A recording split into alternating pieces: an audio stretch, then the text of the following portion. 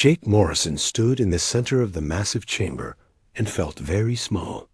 Around him rose seats filled with creatures he could barely understand. Some looked like giant insects with multiple eyes that glowed in the dim light. Others appeared to be made of living crystal that chimed softly when they moved. A few resembled enormous jellyfish floating in clear tanks of liquid. There were beings that looked like walking trees with bark that shifted colors, and others that seemed to be pure energy contained in metallic suits. The Galactic Council chamber on Centauri Prime was bigger than any stadium on Earth. Jake had been an ambassador for 15 years, but nothing had prepared him for this moment. He wore his best dress uniform, dark blue with gold trim, and carried a briefcase containing documents that might determine humanity's future. Chancellor Zephyros sat on the highest throne in the chamber. The ancient Vorthic leader was 12 feet tall with skin like polished obsidian and 4 arms that moved with deliberate grace. His voice came through translators placed throughout the chamber, speaking in perfect English that somehow felt cold and mechanical. Ambassador Morrison of the species known as humanity, Zephyros began. You stand before representatives of 1,347 civilizations. Today we extend to your people an offer that has been accepted by every species that has ever stood where you now stand. Jake nodded and tried to keep his voice steady. We are honored by your attention, Chancellor. The offer is simple, Zephyros continued. Your species will sign the Eternal Peace Accord. In doing so, Earth will receive the protection of the Galactic Council. Your people will never again know war, hunger, disease, or want. We will share our technology, our medicine, our knowledge. Earth will become a paradise that your people could never achieve alone. Murmurs of agreement rippled through the chamber. Jake saw alien delegates nodding, or performing what he assumed were their versions of nodding. A being that looked like a floating crystal cluster chimed in what sounded like approval. The terms, Zephyros said, are equally simple. Humanity will surrender all military vessels, weapons, and defensive installations to Council oversight. Earth's government will report to a Council administrator who will ensure your people remain peaceful and prosperous. You will contribute to galactic society through assigned roles determined by Council evaluation of your species' capabilities. Jake felt his heart beating faster. The offer was exactly what Earth's leaders had expected, and exactly what they had discussed for months. Behind him, he knew, cameras were broadcasting this moment to every nation on Earth. We have prepared a detailed analysis of your species, Zephyros continued. A holographic display appeared above the chamber, showing images of Earth, human cities, and what Jake assumed were military installations. Humans show remarkable adaptability and problem-solving abilities. Under Council guidance, you will excel in agricultural support roles, basic manufacturing, and possibly some scientific research positions. The display changed to show other worlds, all peaceful and prosperous. Cities of crystal spires, floating, gardens, and beings who looked content and well-fed. The Krelian Empire once possessed a military force that conquered 17 star systems. Today, they are master craftsmen whose artwork is treasured throughout the galaxy. The Thalorian Confederacy once fought wars that lasted centuries. Now they maintain the Council's communication networks and have never been happier. Jake watched the images and tried to imagine humanity in such a role. He thought of the fighter pilots he had known, the soldiers who had protected him during his early diplomatic missions, the researchers who pushed boundaries just to see what lay beyond. He thought of his daughter back on Earth, who dreamed of commanding her own starship someday. The Zarian Republic, Zephyros continued, possessed weapons that could destroy entire solar systems. They chose wisdom over destruction and now serve as administrators for 17 peaceful sectors. Every species that has accepted the accord has found happiness beyond their previous existence. An alien delegate from the second tier spoke up. It looked like a combination of an octopus and a flower, with tentacles that shifted between purple and gold. Its translated voice was melodic. "Chancellor, surely there is no question. The humans will accept, as all species do. The alternative is unthinkable." Other delegates made sounds of agreement. Jake heard chittering, humming, and what sounded like singing coming from different parts of the chamber. The message was clear. Accepting the accord was not just wise, it was inevitable. Zephyros raised one of his 4 hands. "Ambassador Morrison, your species has had adequate time to consider this offer. The choice is simple. Accept the accord and join galactic civilization in peace and prosperity, or reject it and face the consequences of remaining outside Council protection. No species has ever chosen the latter option, for obvious reasons." Jake opened his briefcase and removed a single sheet of paper. His hands were steady now, though he felt as if the weight of his entire species rested on his shoulders. He had practiced this moment 100 times, but actually speaking the words felt surreal. "Chancellor Zephyros, honored delegates of the Galactic Council," Jake began, his voice carrying clearly through the translator system. "Humanity has carefully considered your generous offer." The chamber fell completely silent. Even the background humming of various life support systems seemed quiet. Jake could feel hundreds of alien eyes, sensors, and other forms of perception focused on him. "We recognize the benefits you offer," Jake continued. "Peace, prosperity, protection, and a place in galactic society. These are precious gifts that any wise species would treasure." Zephyros leaned forward slightly. "Then you accept the accord." Jake looked up at the massive alien leader and spoke the words that would change everything. "No, Chancellor. Humanity respectfully declines your offer." The silence that followed was unlike anything Jake had ever experienced. It was not just quiet, it was the complete absence of any sound at all. No translator hummed, no alien breathed or made any involuntary noise. Even the environmental systems seemed to have stopped. Then the chamber erupted. Dozens of different alien voices began speaking at once, creating a cacophony that the translator system could not handle. Lights flashed, creatures gestured wildly, and several delegates appeared to be having what Jake could only assume were panic attacks. Zephyros raised all 4 arms, and slowly the chamber quieted. When he spoke, his voice carried a note Jake had not heard before: uncertainty. "Ambassador Morrison, there appears to be a translation error. Please repeat your response." Jake looked directly at the Chancellor and spoke slowly and clearly.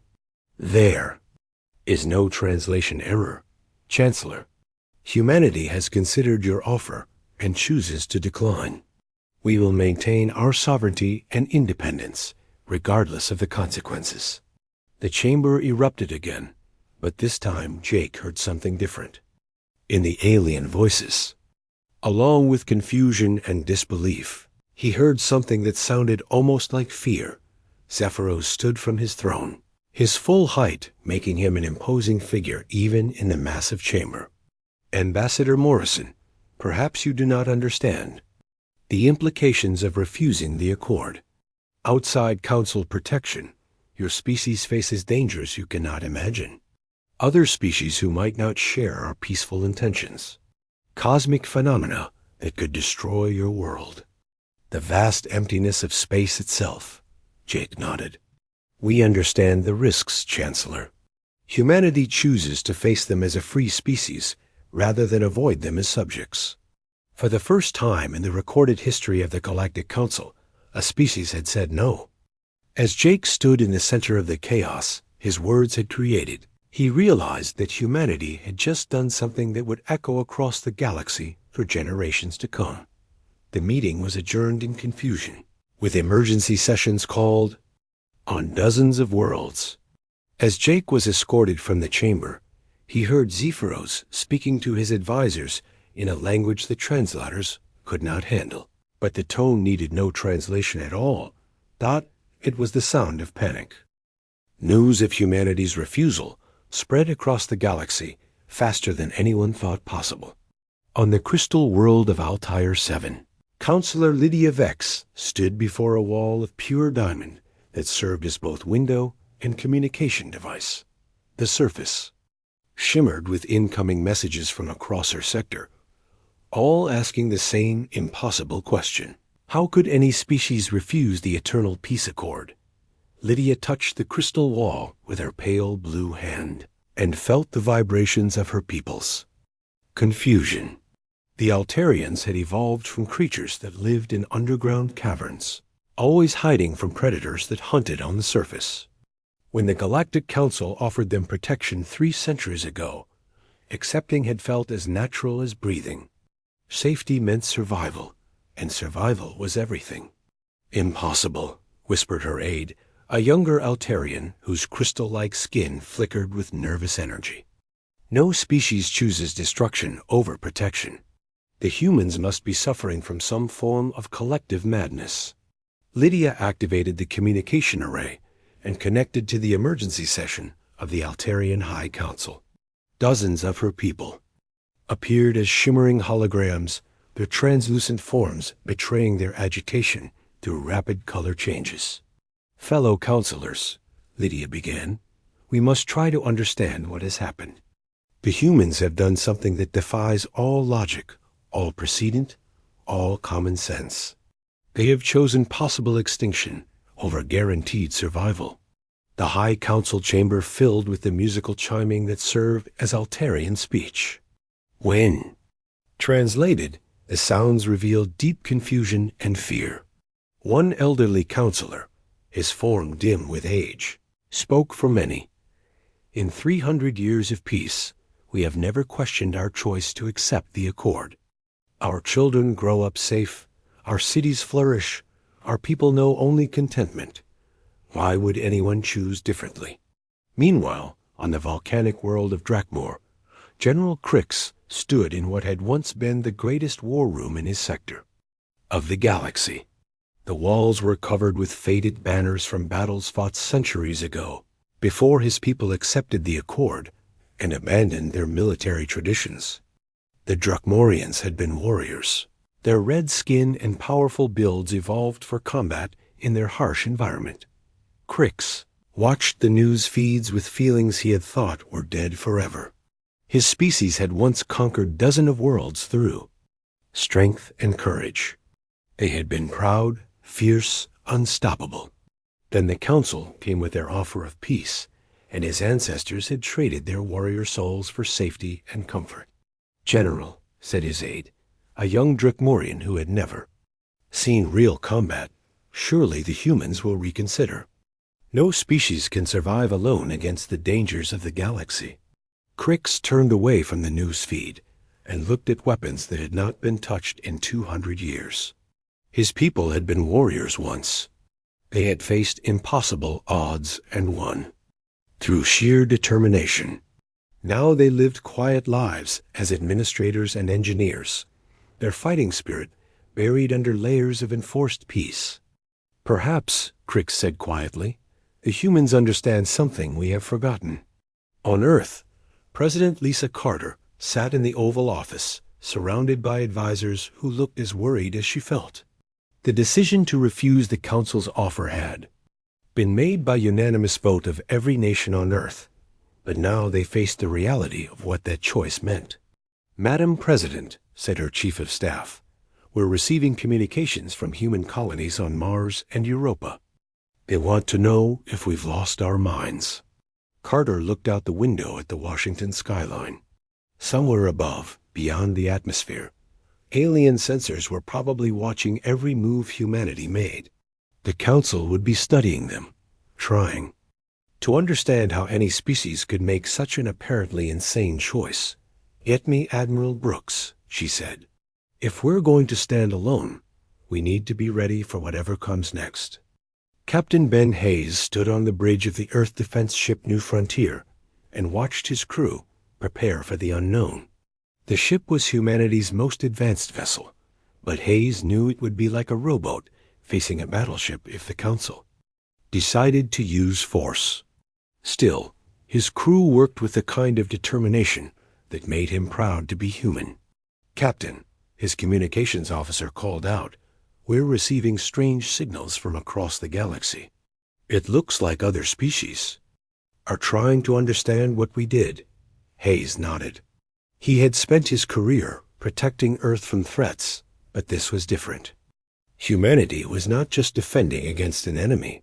They were defending something much more important: the right to choose their own destiny. Dr. Elena Rodriguez stood before a gathering of Earth's leading scientists and tried to explain the unexplainable. As humanity's top expert on alien psychology, she had studied dozens of species that had joined the Council over the centuries. "The fundamental difference," she explained, "is evolutionary history. Most galactic species evolved from prey animals or developed in environments where cooperation was essential for survival. Their entire psychology is built around avoiding risk and seeking safety." A physicist in the front row raised his hand. "But humans evolved differently." "Exactly," Elena said. "We evolved as persistence hunters. Our ancestors survived by chasing down prey across vast distances, never giving up even when the odds seemed impossible. We learned to take risks, to face danger, to keep fighting even when we were exhausted and outnumbered. That psychology is still part of who we are." Back on Altair 7, something unprecedented was happening. Young Altarians were accessing historical records that had been sealed for centuries. They were learning about their ancestors who had once fought surface predators instead of hiding from them. The discovery that their people had once been capable of violence was shocking. One young Altarian named Zara stood in the ancient archives, her crystalline form glowing with excitement as she read accounts of battles fought long before the Council arrived. Her people had not always been peaceful. They had once fought for their lives, their homes, their freedom. "Why did we give this up?" she whispered to herself, her voice creating musical notes that resonated through the crystal walls.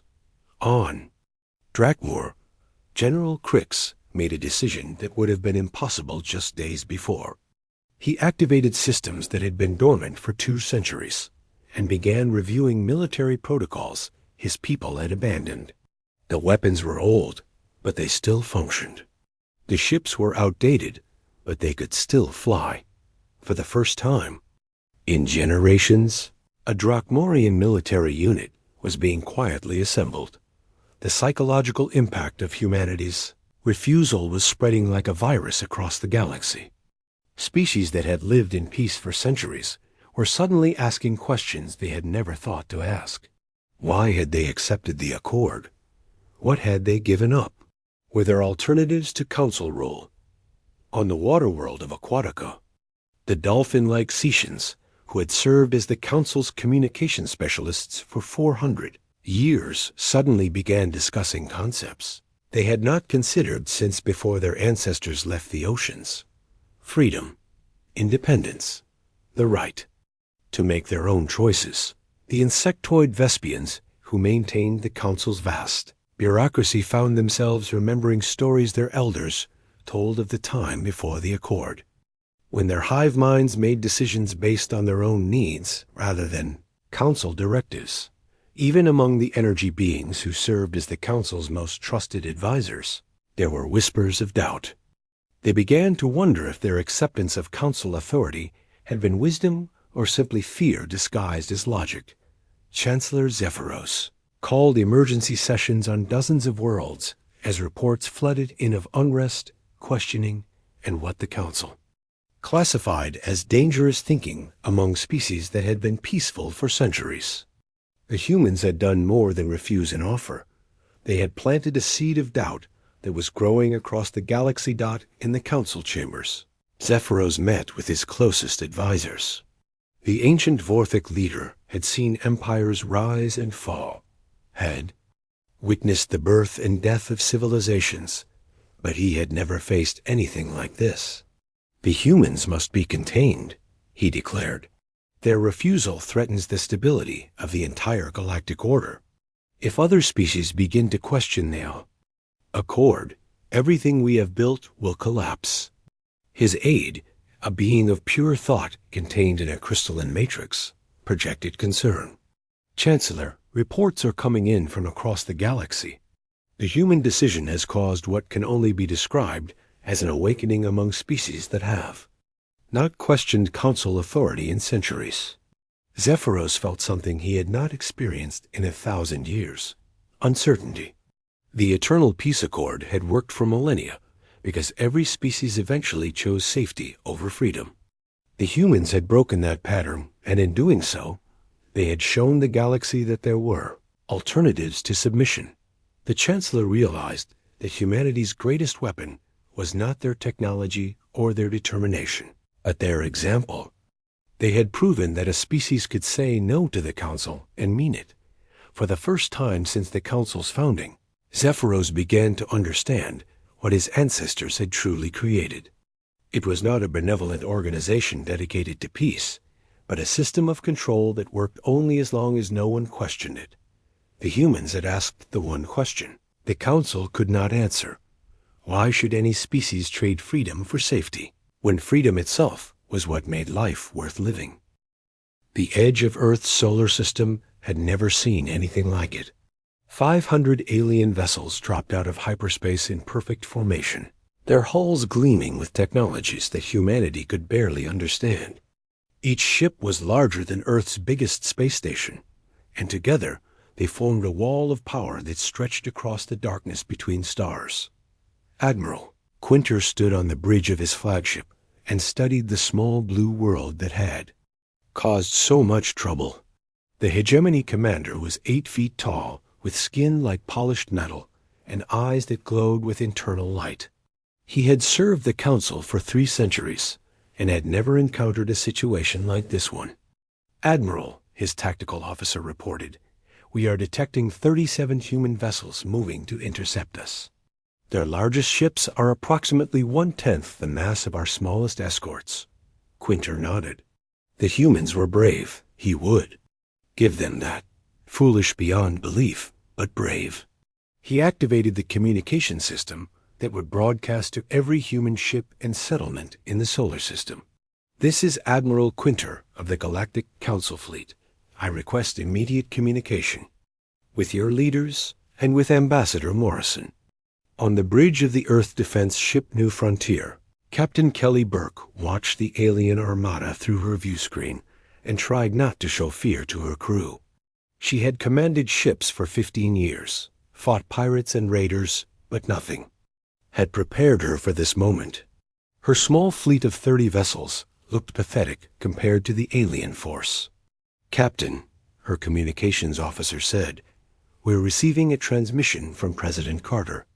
The president's face appeared on the main screen, broadcasting from the White House Situation Room. Behind her, Kelly could see the faces of military leaders and government officials who looked as worried as she felt. "Captain Burke, all fleet. Commanders, this is President Carter. The Council fleet has arrived, and they're requesting negotiations. We knew this moment would come. Remember what we're fighting for: the right of humanity to determine its own future." Jake Morrison sat in the shuttle that would take him to the alien flagship and wondered if he was making the biggest mistake in human history. The Council had recalled him from Earth to help with negotiations, but Jake knew his real role would be to convince humanity to surrender. The problem was that after seeing his own people's courage, he was no longer sure he wanted them to give up. The shuttle docked with Admiral Quinter's massive vessel, and Jake found himself in a corridor that could have held a city block. The alien technology was beautiful and terrifying, all flowing curves and surfaces that seemed to shift and change as he watched. Guards that looked like walking suits of armor escorted him to the Admiral's quarters. Quinter was waiting with a dozen other alien officers, each representing a different species from the Council fleet. Jake recognized a few from his time on Centauri Prime, but others were completely new to him. All of them looked at him with expressions he was learning to read as confusion and concern. Ambassador Morrison, Quinter began, you have served as humanity's representative with distinction. Help us understand what has happened to your people.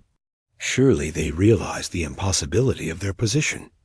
Jake looked out through the Admiral's viewport at the Earth fleet, tiny specks of light against the vast alien armada.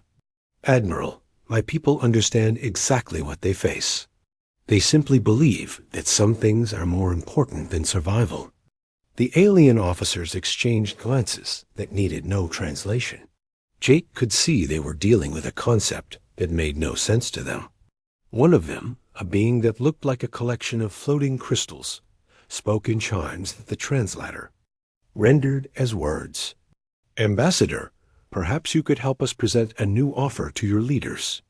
The Council has authorized terms that have never been offered to any species. On Earth, President Carter sat in the Oval Office and tried to project confidence she did not feel. The reports from the solar system's edge were clear. Humanity was completely outgunned. One alien ship could probably destroy their entire fleet without taking damage. But backing down now would mean the end of human independence forever. Madam President, her military advisor said, Admiral Quinter is requesting a direct communication link. He says the Council has a new offer. Carter nodded and activated the secure channel. The alien admiral's face appeared on her screen, his glowing eyes studying her with what seemed like genuine curiosity. President Carter, Quinter said, I bring greetings from Chancellor Zephyros, and an offer that demonstrates the Council's respect for humanity's unique perspective. The Admiral gestured, and a holographic display appeared showing star charts and what looked like governmental structures. The Council offers humanity not just membership, but a permanent seat on the inner circle. No species has ever been granted this honor upon first contact. You would help govern the galaxy rather than simply existing within it. Carter felt her breath catch. The offer was incredible, beyond anything humanity had dared hope for. A seat at the table where galactic policy was made, a voice in decisions that affected trillions of beings across the galaxy. In addition, Quinter continued, Earth would become a protectorate rather than a subject world. You would maintain your government, your culture, your identity. All we ask is that you place your military forces under Council oversight and accept advisors to help you transition to galactic society. The President looked at her advisors and saw the same thought in every face. This was the best deal humanity could possibly hope for. They would keep their dignity, gain tremendous power, and avoid a war they could not win. Captain Burke watched her sensor displays as more alien ships continued to arrive at the edge of the solar system. The Council fleet was now over 800. Vessels strong, each one capable of reducing Earth cities to ash. Her small force looked more hopeless with each passing hour. Captain, her tactical officer said quietly, long-range sensors are detecting additional Council fleets moving toward our position from across the galaxy. If this is just the negotiation force, I can't imagine what they're preparing for the actual conflict. Burke nodded grimly. Humanity had chosen this path knowing the odds, but seeing those odds displayed in hard numbers made the reality impossible to ignore. President Carter appeared on screens throughout the solar system, addressing not just Earth, but every human settlement on Mars, Europa, and the asteroid colonies. Her words would determine whether humanity continued to exist as an independent species or became subjects of alien rule. My fellow humans, she began, the Galactic Council has made us an offer that any reasonable species would accept without hesitation. They offer us power, protection, and prosperity beyond anything we could achieve alone. Jake Morrison watched the broadcast from the alien flagship and felt his heart sink. Surely Carter was about to announce humanity's surrender. No leader could look at the odds they faced and choose extinction over survival. I have consulted with our military leaders, our scientists, our philosophers, and representatives from every nation on Earth," Carter continued. "We have considered this offer carefully, weighing what we would gain against what we would lose." The president paused, and in that moment of silence, Jake could feel the tension of two species waiting to learn humanity's fate. The Council offers U.S. a seat at their table, but it would still be their table, governed by their rules, serving their vision of what the galaxy should be. They offer us protection, but only if we place our defenders under their command. They offer us prosperity, but only the prosperity they choose to grant us. Carter's voice grew stronger, more determined. Humanity thanks the Council for their generous offer, but our answer remains the same. We choose to remain free, whatever the cost. The effect of her words on the alien flagship was immediate and dramatic. Several officers began speaking at once in languages the translators could not handle. Admiral Quinter's glowing eyes dimmed. With what Jake was learning to recognize as alien distress, Jake Morrison stood up slowly and faced the Admiral. "I request transport back to Earth." Quinter stared at him in amazement. "Ambassador, you are under Council protection here. If you return to Earth, you will share whatever fate awaits your species." Jake smiled for the first time in days. "Admiral, that's exactly where I belong." The shuttle that returned Jake to Earth carried more than just a human ambassador. It carried proof that humanity's defiance had infected even those who had served the Council faithfully. As Jake's shuttle approached Earth, he broadcast a simple message that would be heard across the galaxy. "This is Ambassador Morrison returning. To Earth, humanity stands united in freedom or falls united in dignity. There is no middle ground." Admiral Quinter stood alone on his bridge after Jake's departure and realized he was facing something unprecedented in galactic history. Not just a species that refused to surrender, but one that inspired others to question everything they had accepted as natural law. He activated the emergency communication system and sent a priority message to Chancellor Zephyros. "The humans have refused our final offer. Moreover, their defiance appears to be spreading to other species. We may be facing not just a rebellion, but a revolution." The 72-hour deadline began counting down, and for the first time in galactic history, the countdown to the 72-hour deadline had begun, and across the galaxy, something impossible was happening. On world after world, species that had lived in peace for centuries were beginning to remember what they had lost when they accepted the Council's protection. On Altair 7, young Zara stood before the planetary assembly holding a datapad filled with historical records that had been sealed for 300 years. Her crystalline form glowed with nervous energy as she addressed the Council of Elders who had never heard such words spoken in their chambers. "Honored ancestors," she began, her voice creating musical tones that resonated through the crystal. "Walls, I have discovered records of our people before the Accord. We were not always peaceful creatures hiding in caves. Our ancestors fought the surface predators and won. They built cities that reached toward the sky and defended them with weapons that could shatter mountains.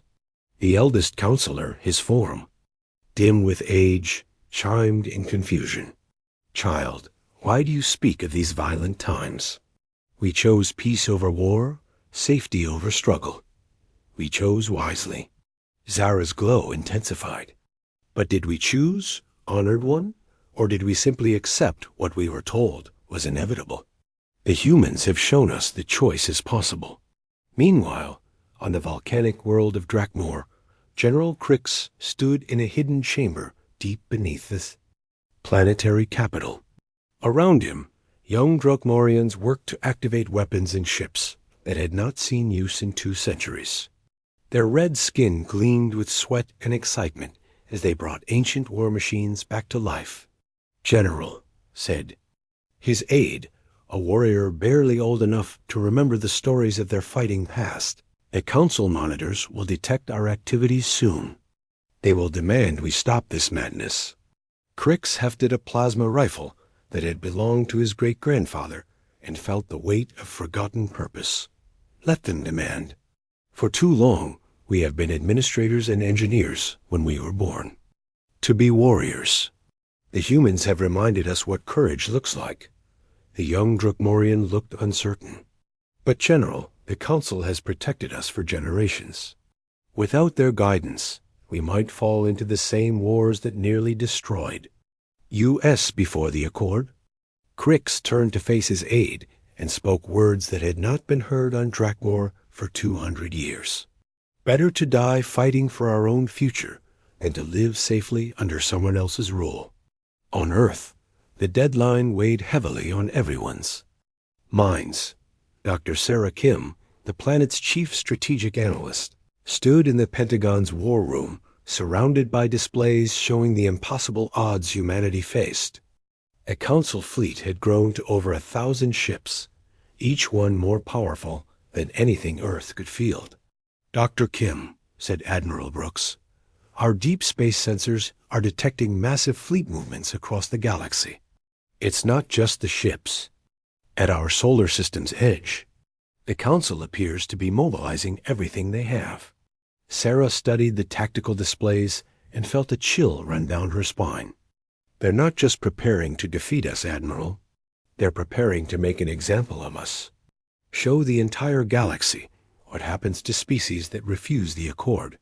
Captain Dan Phillips stood on the orbital defense platform Courage and watched. Earth turned slowly beneath him. His platform was one of 12 that protected humanity's homeworld, but he knew they would last minutes against the alien fleet. Still, his crew worked with determination that made him proud to be human. Captain, his weapons officer called out, we're receiving coded transmissions from across the galaxy. It looks like other species are trying to contact us.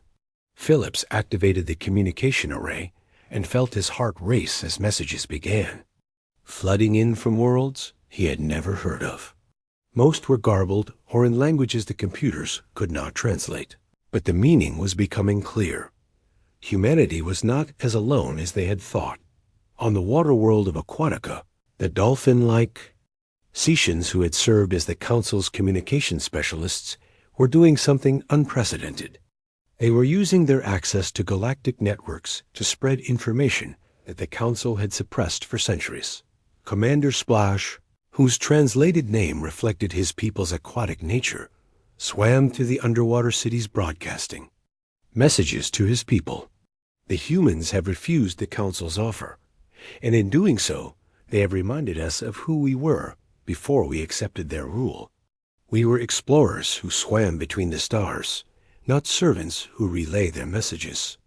Young Cetians who had never questioned their role in galactic society suddenly found themselves asking why they followed Council directives instead of their own instincts. The questions spread like ripples through their aquatic civilization. Jake Morrison sat in the White House Situation Room and watched reports flood in from intelligence sources across the galaxy. What had started as humanity's solitary rebellion was becoming something much larger and more dangerous to the established order. Mr. Ambassador, President Carter said, we're receiving reports of military activities on dozens of worlds. It appears our refusal has triggered something the Council never expected. Jake studied the incoming data and realized the full scope of what humanity had accomplished. Madam President, we didn't just refuse their offer. We reminded the galaxy that refusal was possible. On the insectoid world of Vespia, the hive minds that had administered Council bureaucracy for 4 centuries were experiencing something their species had never known: individual thought. Young Vespians began questioning why their collective consciousness served alien masters instead of their own kind. The Queen Mind, the central intelligence that had guided Vespia for generations, felt doubt creeping into her thoughts for the first time. The humans had shown that even collective species could choose independence over security. General Crix stood on the bridge of the first Drakmorian warship to leave their home system in 200 years. The vessel was old and its weapons outdated, but it flew with a crew that had rediscovered their warrior heritage. Behind him, a small fleet of similar ships prepared to do something that would have been unthinkable just days before. "General," his communications officer said, "we're receiving a transmission from Earth. They're broadcasting on all frequencies." Crix activated the main screen and saw Jake Morrison's face. The human ambassador looked tired but determined as he spoke words that would change galactic history. "To all species who can hear this message," Jake said, "humanity stands ready to face whatever consequences our choice brings. We do not ask others to join our fight, but we offer our example. Freedom is always worth the price of obtaining it." Crix made a decision that his ancestors would have understood, but that shocked his own crew. "Open a channel to the human fleet." The communication connected, and suddenly Captain Kelly Burke was looking at a red-skinned alien warrior whose people had been peaceful administrators for centuries. "Captain Burke," Crix said through the translator, "this is General Crix of the Drekmorian Defense Fleet. We offer our assistance in your fight for independence." Burke felt her heart race as she realized the implications. "General," the Council, "will consider this an act of rebellion. Your people could face the same consequences we do." Crix's reply came with a sound that the translator rendered as laughter. "Captain, my people were warriors before we were subjects. Perhaps it is time to remember who we really are." Similar conversations were taking place across the galaxy as species that had forgotten their strength began to remember. The Krelian Empire's dormant military awakened. The Zerian Republic's proud fleet commanders cast off Council oversight. Even some energy beings who had served as the Council's most trusted advisors began to question their loyalty. Chancellor Zephyros stood in the Council chambers on Antari Prime and watched his carefully ordered galaxy dissolve into chaos. Reports flooded in from across the known worlds. Military mobilizations, refusal to follow Council directives, and open rebellion spreading like a disease. "Chancellor," his aide projected with obvious distress, "we are receiving reports of fleet movements from over 40 different species. Many are heading toward the human home system." Zephyros felt something he had not experienced in 1,000 years of rule, true fear. The humans had not just refused the accord, they had shattered the illusion that Council rule was natural and inevitable. Admiral Kinter received the reports from across the galaxy and realized he was no longer facing just one defiant species. The human rebellion had become something much larger, a galactic awakening that threatened everything the Council had built. "Admiral," his tactical officer reported, "long-range sensors detect multiple fleets converging on this system. Some are displaying hostile intentions toward our forces." Quinter looked at the small blue world that had caused so much trouble and finally understood what the humans had really accomplished. They had not just chosen freedom over safety. They had reminded the galaxy that choice itself was possible. Dr. Sarah Kim stood in the Pentagon war room and watched the tactical displays change as alien fleets from across the galaxy began moving toward Earth. Some were clearly hostile, but others were broadcasting messages of support for humanity's cause. "Dr. Kim," Admiral Brooks said with amazement in his voice, "we're not going to face this alone. Other species are choosing to stand with us." Sarah realized that the 72-hour deadline was no longer just about humanity's fate. As Frey. The 72-hour deadline reached zero at exactly 08:00 Earth Standard Time, and the galaxy held its breath. Admiral Quinter stood on his flagship's bridge, watching the small human fleet maintain its position between the Council Armada and Earth. Captain Kelly Burke's ships looked impossibly tiny against the backdrop of 1,000 alien vessels, but they had not moved an inch during the entire countdown. "Admiral," his tactical officer reported, "the humans are maintaining defensive positions. they show no signs of surrender. Quinter felt the weight of history pressing down on him. In all his centuries of service, he had never been forced to fire on a species that refused the accord. The precedent had never been necessary, because no species had ever been foolish enough to refuse. All ships, he commanded, advance to engagement range. Prepare to demonstrate Council authority. The massive alien fleet began moving forward, their advanced engines creating ripples in space itself. Captain Burke watched them approach on her sensors and opened a channel to her small fleet. All ships, this is Burke.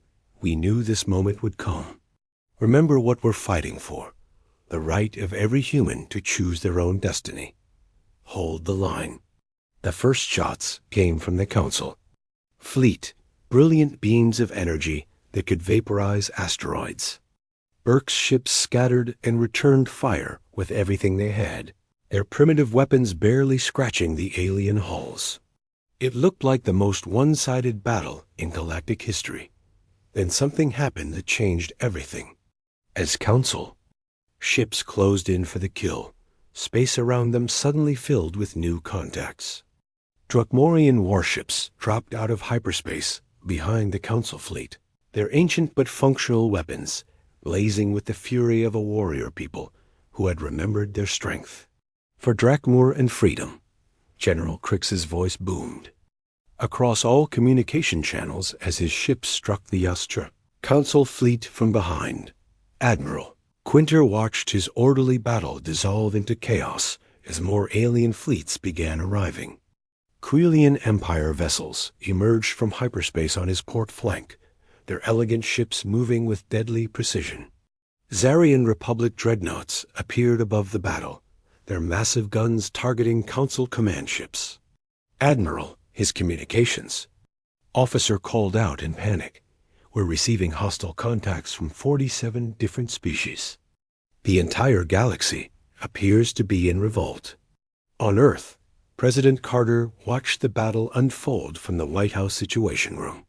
What had started as humanity's hopeless last stand was becoming the largest space battle in galactic history. Species that had been peaceful for centuries were fighting alongside humans against the forces that had protected them for generations. Madam President, her military advisor said with amazement, our sensors show over 3,000 ships now, engaged in combat. This is not just a battle, it's a revolution. Captain Burke found herself fighting alongside alien allies she had never imagined possible. A Cetian communication ship coordinated targeting data between the rebel fleets. Altarian crystal vessels used their unique technology to disrupt Council sensors. Even the insectoid Vespians had sent hive ships that swarmed around Council vessels like angry bees. The battle was fierce and desperate, with ships from hundreds of species fighting for the first time in centuries. Many had forgotten how to wage war, but they remembered why they had once been willing to fight. The Council fleet, despite its technological superiority, found itself outnumbered and surrounded by enemies they had never expected to face. Chancellor Zephyros received reports from the battle and realized his worst fears were coming true. The human refusal had not just inspired a few species to rebel, it had reminded the entire galaxy that Council rule was not inevitable. Dozens of worlds were declaring independence, and more were joining the rebellion every hour. Chancellor, his aide projected with barely controlled panic, we are receiving communications from across the galaxy. Over 200 species have formally withdrawn from the Eternal Peace Accord. Our 1,000-year order is collapsing. Zephyros felt the foundations of everything he had built crumbling beneath him. The Council had maintained power by convincing the galaxy that their rule was natural and necessary. The humans had proven it to be a lie, and now every species was questioning why they had ever accepted subjugation in the first place. Admiral Quinter found himself caught in a battle he could not win. His ships were individually superior, but they were vastly outnumbered by species that had rediscovered their capacity for violence. Worse, many of his own officers were beginning to question their orders. "Admiral," his second-in-command said, quietly, "perhaps we should consider that the humans and their allies might have a point. When did protecting the galaxy become controlling it?" The admiral looked at the chaos around him and realized that the battle was already lost, not through military defeat, but through the collapse of the very idea that had justified council rule. The galaxy no longer believed that safety was worth the price of freedom. Jake Morrison stood on the bridge of Captain Burke's ship and watched the impossible unfold around him. Humanity had not just survived their refusal of the Accord. They had inspired a galactic revolution that was reshaping civilization itself. "Ambassador," Burke said, as another wave of rebel ships arrived to join the battle, "I think we've started something bigger than we ever imagined." Jake nodded, watching Drakmorian warriors fight alongside Seatian pacifists and Altarian crystal singers. "We didn't just refuse their offer, Captain. We reminded the galaxy what it means to choose." The turning point came when one of the Council's own species, the energy beings who had served as advisors for millennia, suddenly turned their ships against their former masters. Their crystalline vessels began targeting Council command ships, broadcasting a message that echoed across the galaxy. "We have served the Council faithfully for 1,000 years," their collective voice announced, "but we have forgotten that. Service should be chosen, not imposed. We choose to stand with those who fight for the right to choose." The defection of the Council's most trusted allies broke something fundamental in the galactic order. Species that had hesitated to join the rebellion now threw their full support behind the human cause. The battle became not just a military conflict, but a symbol of liberation from centuries of imposed peace. Chancellor Zephyros made a decision that would have been unthinkable hours before. He opened a direct communication channel to President Carter on Earth, his ancient face appearing on screens across the rebel fleet. "President Carter," he said, his voice carrying the weight of defeated authority, "the Council requests immediate ceasefire negotiations." Carter looked at the alien leader who had ruled the galaxy for 1,000 years and saw something she had not expected: respect. "Chancellor, humanity is willing to discuss terms, but only as equals, not as subjects." The words that followed would reshape galactic civilization. For the first time in recorded history, the Council was forced to negotiate with species that refused to accept their authority. The rebels did not seek to destroy the Council, but to transform it from a ruling body into a voluntary organization. General Crix found himself sitting across a negotiation table from Admiral Quinter, two warriors who had rediscovered mutual respect through conflict. "Admiral," Crix said, "my people do not seek endless war. We seek the right to choose our own battles." Quinter nodded slowly. "General, perhaps we have all forgotten the difference between protection and control." The negotiations lasted for days, with species across the galaxy participating in discussions about freedom, responsibility, and the nature of civilization itself. Dr. Sarah Kim found herself helping to draft documents that would govern relationships between hundreds of worlds, all based on the simple principle that every species had the right to determine its own destiny. President Carter addressed not just Earth, but the entire galaxy when the new accords were finally signed. "We propose a galaxy where species cooperate by choice rather than by force, where peace is maintained through mutual respect rather than imposed authority, where every world has the right to chart its own course among the stars." The new galactic alliance that emerged from the chaos was unlike anything the galaxy had ever known. Species maintained their sovereignty while cooperating on issues of mutual concern. Military forces remained under local control, but joint task forces could be formed to address threats that no single world could handle alone. Jake Morrison became Earth's first ambassador to the free galaxy, working alongside former enemies like General Crix and reformed council members to build something unprecedented. A civilization based on voluntary cooperation rather than imposed order. The transformation was not without difficulties. Some species struggled to adapt to freedom after centuries of guided existence. Others had to relearn the arts of self-governance and military defense. But across the galaxy, there was a sense of awakening, of potential finally being realized after generations of enforced limitation. Chancellor Zephyros, now serving as an advisor rather than a ruler, met with Jake Morrison in what had once been the Council's throne room.